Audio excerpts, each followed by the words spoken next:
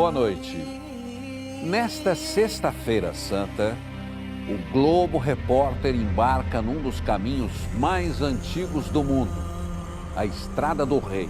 Vamos atravessar a Jordânia, refazer a rota do profeta Moisés e do povo hebreu na busca pela Terra Prometida.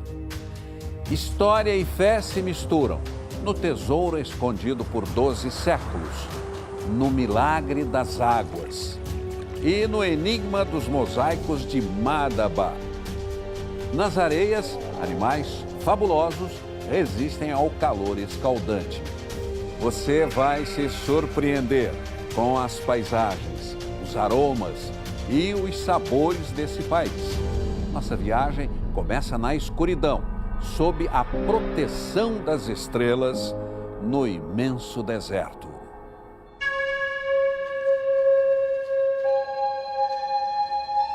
No véu da noite, um caminho de luz.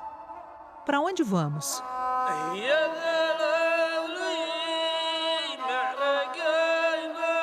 1.500 velas reacendendo o passado. Os beduínos contam sua história. Imaginem como costumava ser muitos séculos atrás. Vamos voltar bem mais no tempo. Era uma vez num reino distante. Uma tenda beduína onde o vento sopra. Muito melhor do que um palácio luxuoso.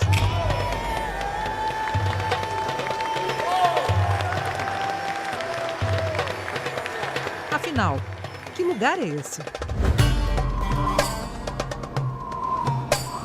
A gente traz você até Petra, a cidade perdida. 12 séculos na poeira. Um segredo guardado pelos beduínos, os povos do deserto, até que em 1812 um explorador suíço redescobriu o destino e revelou a joia.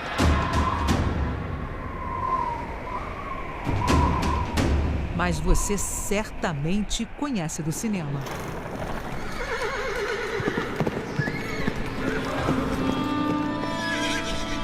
Indiana Jones se aventurou em Alcazar, o grande tesouro, um templo de quase 40 metros esculpido na rocha. Lá dentro, na ficção, o arqueólogo encara muitos desafios em busca do Santo Graal, o cálice que Jesus teria usado na última ceia. Mas na vida real, qual o enigma desse lugar? Esse aqui é o meu limite. Há mais ou menos 10 anos, ninguém pode entrar no monumento, uma forma de preservá-lo. Lá dentro tudo é muito simples. São 3 salas e numa delas há uma tumba cheia de mistérios. Era a tumba de um rei ou guardava um tesouro? A teoria mais nova dos arqueólogos diz que estamos diante de um calendário. 12 pontas na coroa, uma para cada mês do ano. 31 flores representam os dias do mês. E os 7 vasos são os dias da semana. Alcazar representa a vida. E que vida na capital do Império Nabateu. Povo nômade que enriqueceu na Península Arábica conduzindo caravanas.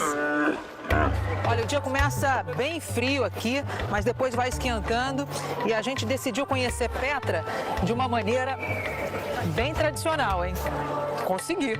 Just relax, I will stand up. Ele está dizendo para eu relaxar que o bicho vai levantar. Senhor!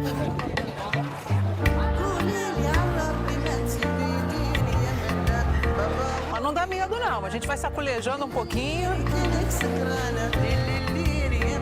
Ninguém sabe exatamente quando Petra surgiu, mas foi no século I a.C. que o Império Nabateu ganhou poder.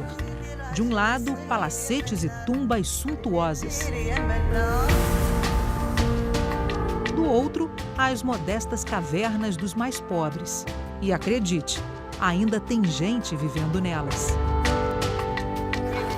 gente está passando agora pelo anfiteatro e era uma das maiores construções aqui. Capacidade para 4.000 pessoas. Fico imaginando tudo isso antigamente, enquanto me acostumo com a Daisy. O que é estranho é a altura, viu? O Abdullah estava me dizendo que isso aqui tem mais ou menos, que eu estou a mais ou menos uns 3 metros. Alto, né? Os nabateus eram muito bons engenheiros, mestres na arte de levar água até o deserto.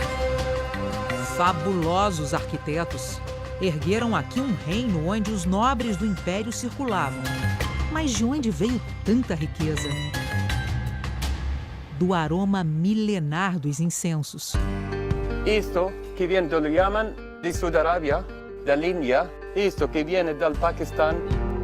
Os nabateus criaram a rota dos incensos. Caravanas atravessavam a Arábia levando as especiarias para o antigo mundo. Egito, Roma, Babilônia. Eles cobravam impostos de quem cruzasse as rotas. Incensos ainda podem valer uma fortuna. Gramo de incenso que vale 2 gramos de ouro. É um incenso comestível. Vai matar toda a bactéria que está na boca. Quando Jesus nasceu, os 3 reis magos levaram esse tipo de incenso, ouro e a mirra. Quer ver na mirra? Claro. Obrigado. Está num baú, como um tesouro, um presente. Isso aqui é a mirra. Significa amargo. O gosto é amargo, já o aroma bem doce e traz boas energias. Para proteger a casa de mau espírito e de todo, 1 gramo de mirra que vale 12 gramas de ouro. Petra foi anexada ao Império Romano e se manteve rica, mas sucumbiu a um terremoto no século VI. Hoje é o maior cartão postal da Jordânia. Orgulho do país. E dos beduínos, que nos recebem tímidos. Mas logo abrem o coração. Olha como esse lugar é bonito, né? Eu achei fantástico. Eles têm uma espécie de uma poltrona aqui, com os tapetes nas paredes, tapete no chão também. E aqui eles fizeram um fogo, tá bem quentinho, porque lá fora tá frio, né?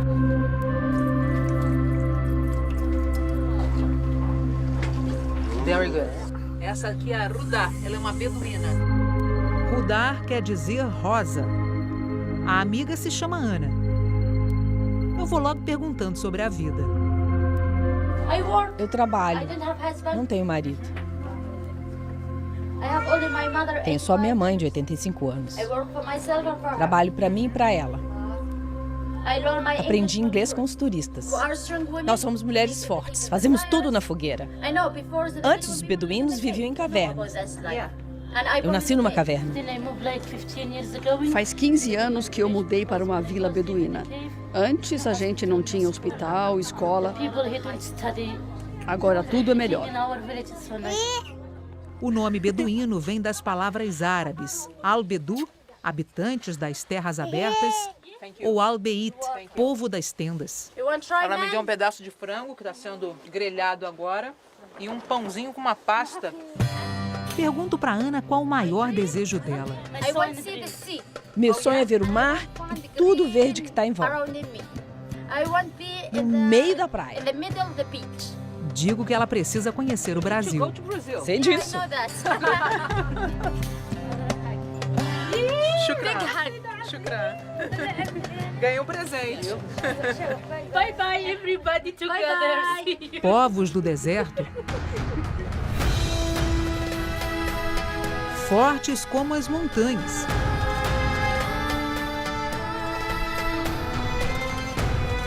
Aliás, Petra quer dizer pedra. E quantas surpresas elas guardam. Se Al-Kasna simboliza a vida, o monastério representa o fim da jornada na Terra.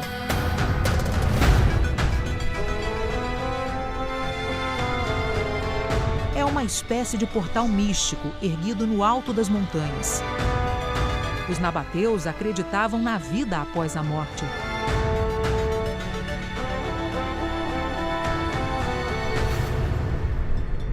Nas alturas, cabras eram sacrificadas aos deuses. Eu estou impressionada como esses bichos são dóceis, olha só. Muito legal isso. E o que é impressionante aqui também é a vista que a gente tem. Oi, tô ganhando um beijo. Nesse vale aqui. Wadi Faraza, um vale que deixa a gente de boca aberta. Daqui avistamos a montanha de Hor e a tumba de Arão. O primeiro líder dos sacerdotes hebreus morreu aos 123 anos, numa jornada bíblica ao lado do irmão Moisés. Um dos profetas mais importantes para cristãos, judeus e muçulmanos passou por essas terras áridas. Deus deu a Moisés uma missão especial: libertar o povo hebreu da escravidão no Antigo Egito. A peregrinação, a travessia pelo deserto, durou 40 anos. E desafios não faltaram nessas andanças. Durante o dia, o Senhor ia adiante deles numa coluna de nuvem para guiá-los no caminho, e de noite numa coluna de fogo para iluminá-los. E assim podiam caminhar de dia e de noite. Alimentados pelo maná, pequenos flocos caídos do céu. Disse-lhes Moisés: este é o pão que o Senhor lhes deu para comer. Das areias do profeta surgiram cidades. O Wadi Musa significa Vale de Moisés. Aqui teria acontecido um milagre. 3.000 anos atrás, para matar a sede dos hebreus no deserto, Deus mandou Moisés conversar com essa pedra. Pegue a vara e com seu irmão Arão reúna a comunidade e fale àquela rocha, e ela verterá água. Em vez de falar, Moisés bateu na pedra 2 vezes com a vara. A água jorrou, mas o profeta foi castigado, impedido de entrar na terra prometida. A fonte e a busca por essa água atravessaram os séculos. É uma água santificada, bastante fresca. E muita gente da região vem buscar essa água para beber, além dos turistas que vêm só para conhecer a fonte de água santa. Milagres, fé e história.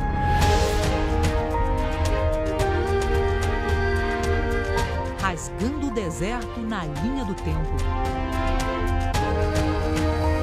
Não se engane com asfalto. Este é um dos caminhos mais antigos do mundo, a Estrada do Rei.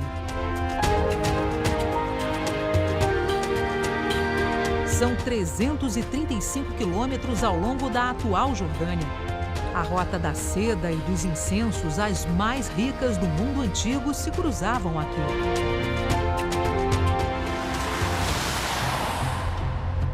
A Estrada do Rei foi aberta há mais de 3.500 anos e atravessava 3 reinos bíblicos. Em busca da Terra Prometida, Moisés e os hebreus pediram passagem aos reis. Passaremos pela Estrada do Rei e não nos desviaremos nem para a direita nem para a esquerda, até que tenhamos atravessado o teu território. Mas o pedido foi negado. O que vemos lá fora é o passado. As ruínas de Shobak, um castelo da época das Cruzadas, entre os séculos 11 e 13. Assim como a fortaleza de Karak. Memórias da Guerra Santa entre cristãos e muçulmanos. Mas há milênios, a batalha da vida nessas areias foi vencida por eles. Dromedários, os chamados camelos árabes. É a primeira vez que uso o coletivo de camelos, a cáfila. Segue bem devagar. Eles conseguem beber quase 60 litros d'água de uma só vez e vagam até 16 horas sem parar. 140 quilômetros por dia, debaixo do sol escaldante, com direito a banho de areia e disputa pelas fêmeas.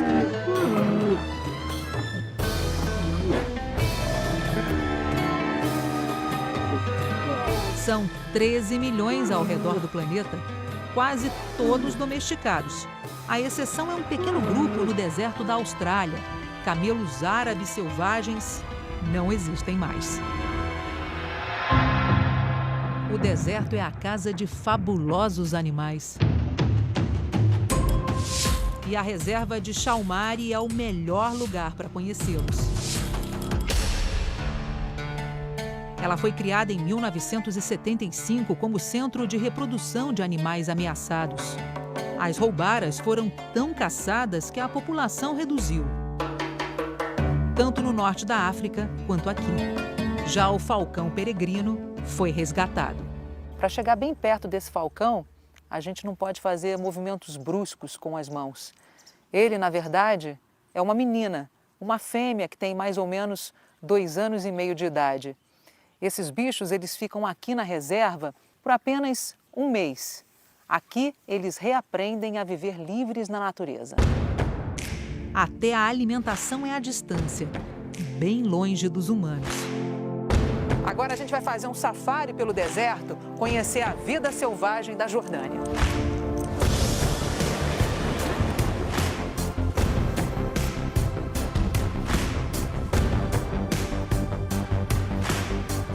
De repente passa uma gazela do deserto. Ela vive em bandos por aqui. Os onagros também. São burros domesticados de volta à vida selvagem.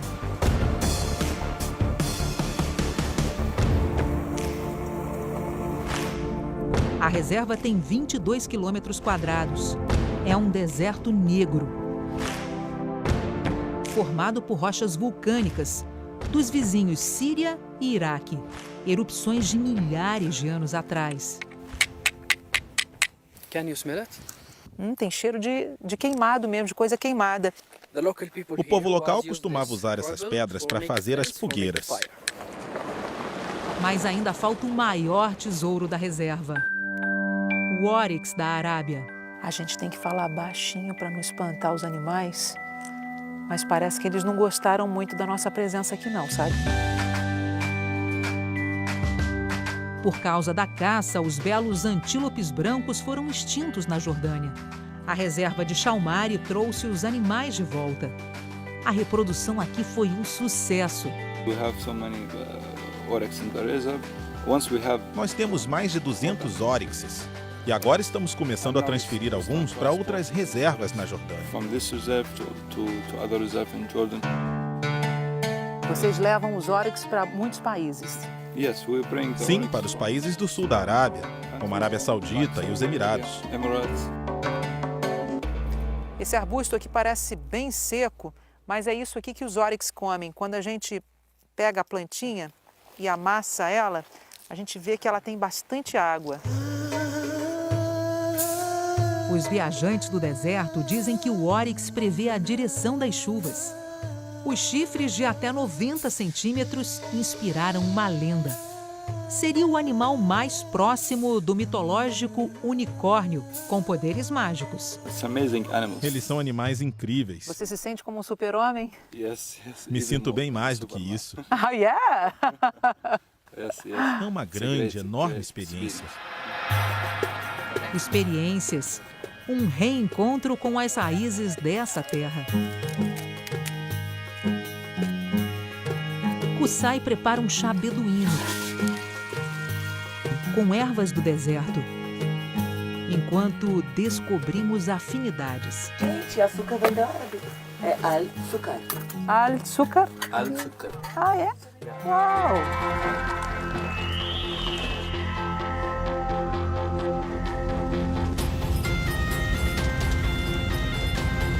A força da vida no deserto é uma lição. Aqui estamos, numa tenda beduína, onde o vento sopra na imensidão das areias. Não foi assim que aquele beduíno definiu na Noite das Velas? Ele estava certo. Tudo isso é bem melhor, é muito maior do que um castelo luxuoso.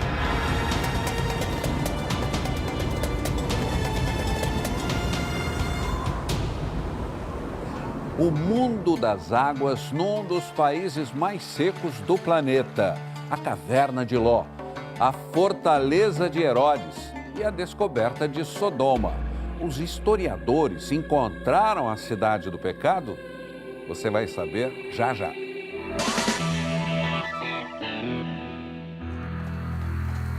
A Jordânia está entre os 10 países mais secos do mundo.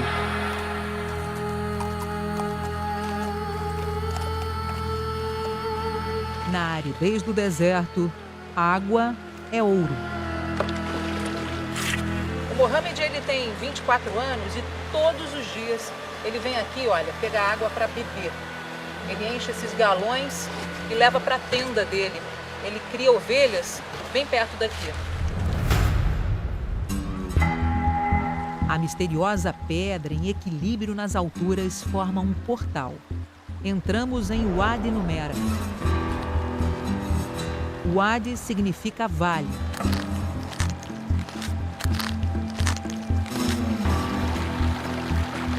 Serão mais de 2 quilômetros seguindo as águas.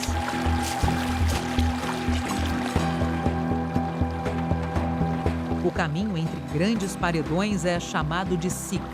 A gente realmente fica pequena em meio a esses paredões. Eles são tão altos, mas tão altos, que nos protegem do sol durante quase toda a caminhada.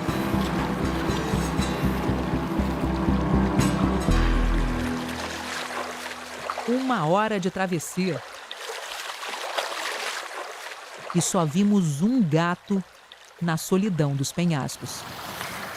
São tantas pedras pelo caminho, algumas bem bonitas, viu?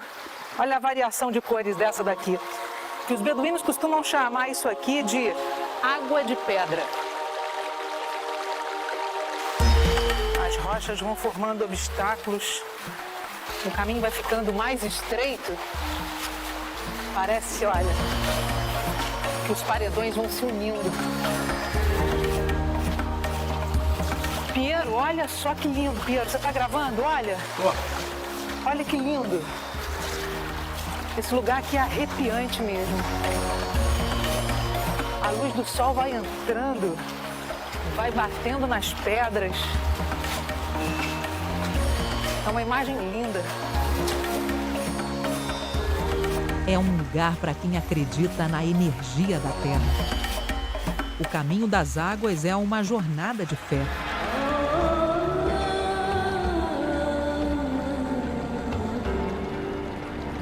Onde o bem mais precioso serpenteia pelo Vale de Mugido.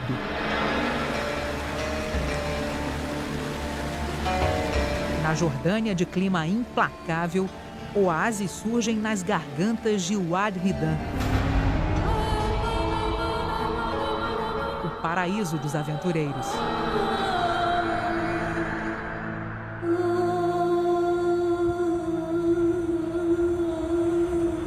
Seguimos viagem até o ponto mais fundo do planeta. Mais de 400 metros abaixo do nível do mar.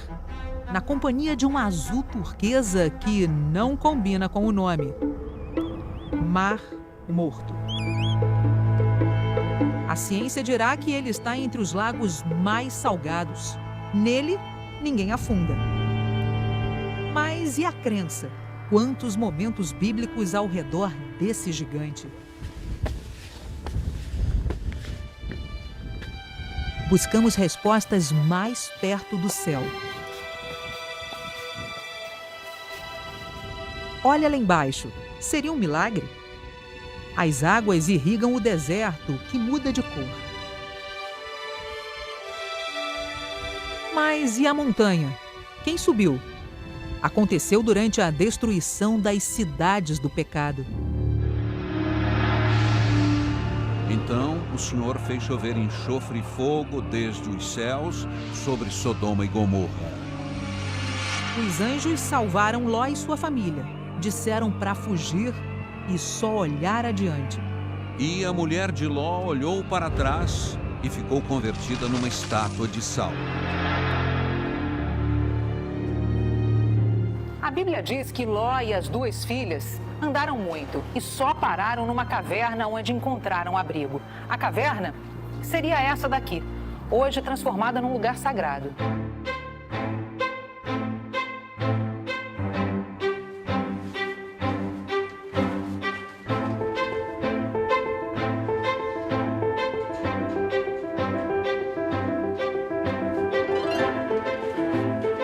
Acreditavam serem os únicos sobreviventes no mundo. As filhas embebedaram o pai e cometeram um incesto. Ficaram grávidas de Ló. Nasceram Moabe e Ben-Ami, patriarcas dos povos moabitas e amonitas.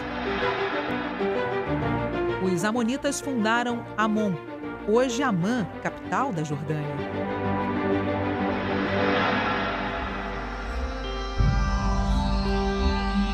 Arqueólogos americanos e jordanianos acreditam ter achado a cidade de Sodoma. As escavações ficam a poucos quilômetros da caverna, mas ainda vai demorar para confirmar a descoberta. O tempo. Na Jordânia, ele avança em curvas, como a Estrada do Rei.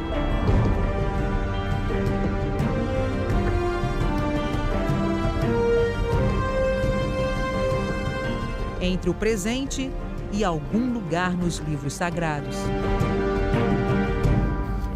Esse caminho nos leva a Maqueronte, uma das fortalezas do rei Herodes. Lá em cima, aconteceu uma importante passagem bíblica.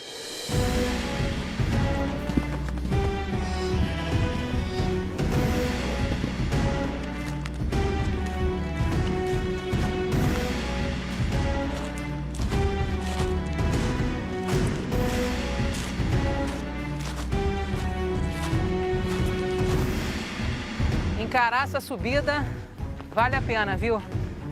Olha só a vista que a gente tem do Mar Morto. Maqueronte foi uma das fortificações mais importantes da Judéia. A fumaça dos sacrifícios feitos aqui era vista em Jerusalém, do outro lado do Mar Morto.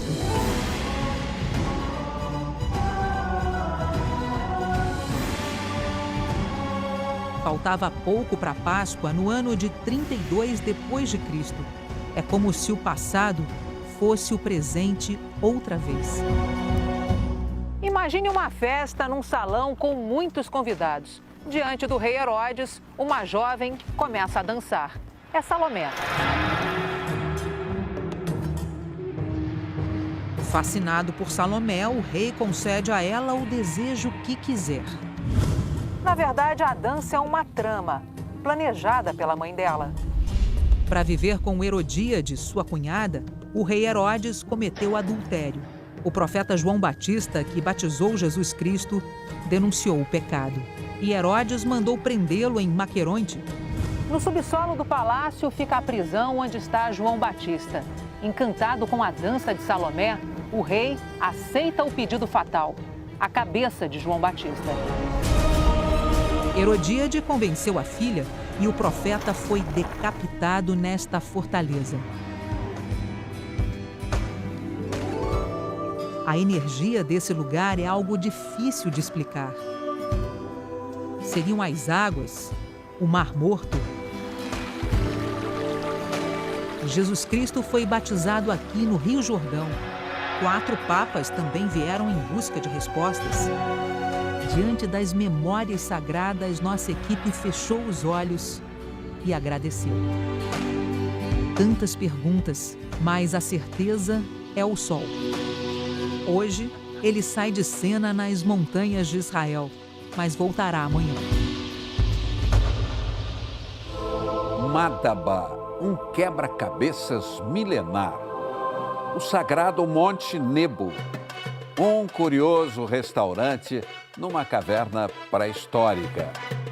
E no fim da estrada, Amã, capital da Jordânia. É daqui a pouco.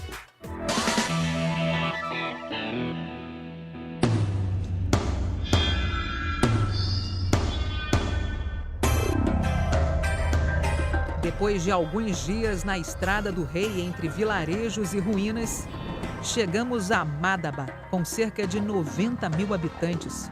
4.500 anos de história. O cristianismo chegou no século IV e até hoje é a cidade da Jordânia com mais cristãos e igrejas em harmonia com as mesquitas do Islã.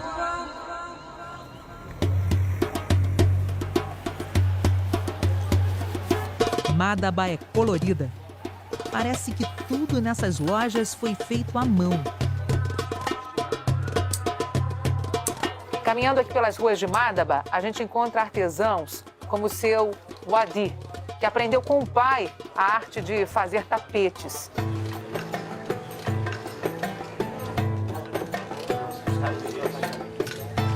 Ele chega a levar 10 dias para fazer um tapete pequeno como esse daqui.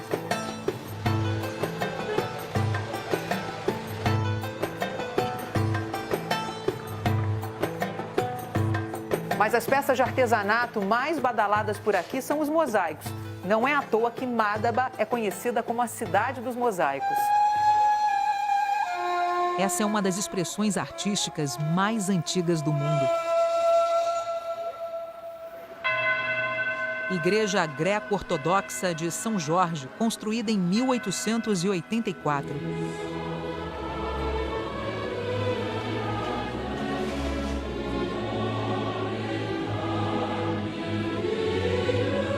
Aqui os impressionantes mosaicos viraram obras sacras.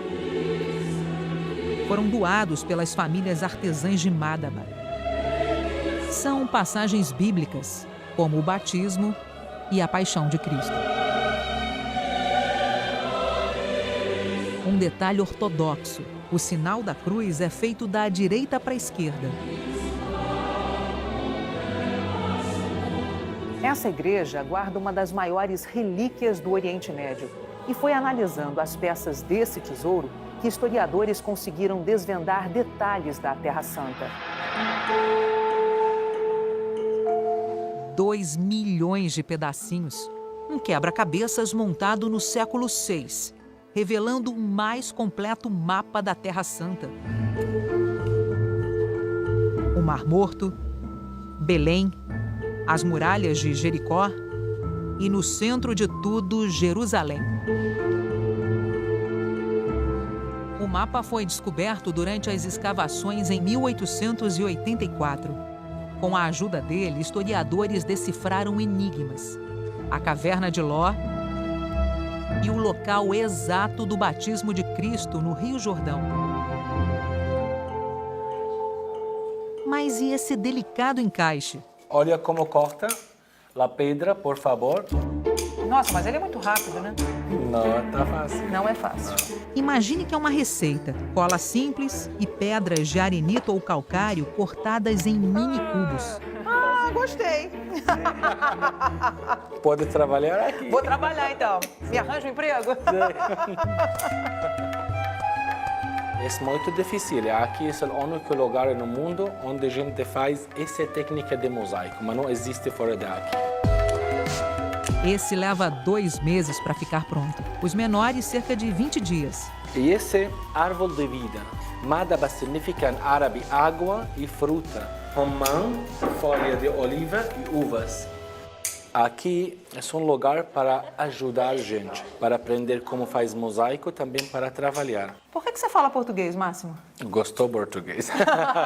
Gostou do Brasil? Eu fico 3 meses lá no Brasil. Em 3 meses você aprendeu a falar português? Eu o mais inteligente da família.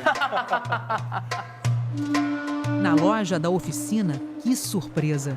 Aqui em Madaba, as pessoas dizem que esse é o menor mosaico do mundo. É uma joia, um pingente para ser colocado no cordão. E para ver a riqueza dos detalhes, é preciso usar uma lupa, viu?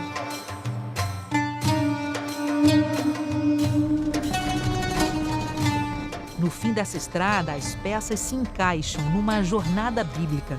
Estamos subindo o sagrado Monte Nebo. Daqui do alto, Moisés avistou a Terra Prometida. Terras hoje escondidas pelo nevoeiro. Em dias claros, a gente consegue ver daqui Jerusalém, o Vale do Rio Jordão e as ruínas de Jericó, a cidade mais antiga do mundo. O profeta guiou os hebreus, mas não entrou com eles na Terra Prometida. Segundo a Bíblia, Moisés morreu no Monte Nebo aos 120 anos. Seu corpo nunca foi encontrado. Um memorial a Moisés foi construído sobre uma igreja do século IV, com mosaicos de mais de 1.500 anos. O professor Franco Schiorilli comandou os trabalhos de restauração. Quando coloco a mão numa obra assim, sinto vibrações. Em 2012, encontramos uma tumba construída pelos franciscanos em memória ao profeta. As coisas que você sente diante dos lugares por onde passou Moisés fazem você ficar arrepiado. Monte Nebo é um dos lugares mais espirituais que existem na Terra. A cruz de bronze e a serpente de Moisés lembram a travessia bem árdua. Os hebreus reclamaram: por que sair do Egito para morrer no deserto? Deus puniu os descrentes, enviando serpentes. O profeta intercedeu. O Senhor disse a Moisés: faça uma serpente e coloque-a na ponta de uma haste. Quem for picado e olhar para ela, viverá. É uma mensagem bíblica. Através da paixão de Cristo, ganhamos a salvação. A Jordânia nos surpreende até debaixo da terra. Tá impressionado? Eu também, viu? Essa caverna é pré-histórica, tem cerca de 65 milhões de anos. E há pouco tempo foi transformada num restaurante. Coisa de um cientista que quer espalhar conhecimento. No teto, marcas de fogo. 25 mil anos antes de Cristo, os homens descobriram fogo e vieram para a caverna. Queriam se aquecer. O que significa essa caverna para você? É parte de mim, minha alma. A ideia era criar um museu sobre o povo jordaniano, um jeito de explicar o passado dessa antiga civilização. Enigmas do tempo. O mundo antigo revelado num quebra-cabeças. O que temos aqui na frente? E a gente aqui numa caverna ancestral, tentando encaixar, entender tudo isso. Quem consegue decifrar a Jordânia? Uma semana percorrendo a Estrada do Rei e quantas mais? Uma jornada que faz bem não só para os olhos, que desperta interesses e nos faz entender ainda mais sobre a importância da palavra diversidade. De repente, nas alturas, uma pausa. Ficamos encantados com as ovelhas. Pastores tocam o rebanho. O profeta Moisés também foi um deles. A Bíblia define o profeta como o mais humilde de todos os homens que havia sobre a face da terra. Nas frias altitudes, o lenço beduíno ajuda a aquecer. Sam, nosso guia, me ensina. Ficou bonito? Descemos as montanhas e lá estão elas. O dono desses bichos não tem sítio, não tem fazenda, cria os animais na beira da estrada. Por isso, talvez eles sejam tão dóceis. É o Sami quem cuida delas. Um jovem pastor, 21 anos. Desde criança ele faz isso. Atravessamos o vale Abu Salit, já bem perto de Amman, capital da Jordânia. Reparamos as tradicionais oliveiras nas encostas. O trânsito, coisa rara até aqui, deixa claro. Chegamos na grande metrópole desse país. Amman tem 5 milhões de habitantes.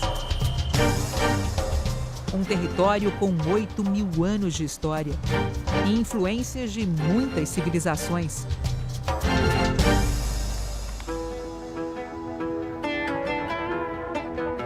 Quem percorre essas estradas chega ao fim transformado.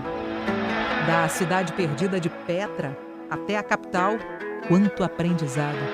Mas queremos mais. Era uma vez em Amman. Mas essa é uma outra história que a gente ainda vai te contar.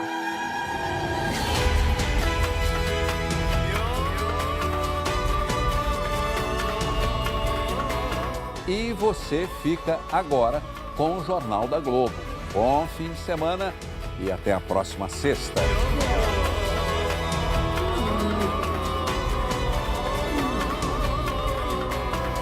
Amanhã, as notícias do fim de semana, agenda cultural e reportagens especiais. Bom Dia Sábado, às 8 da manhã, na RPC.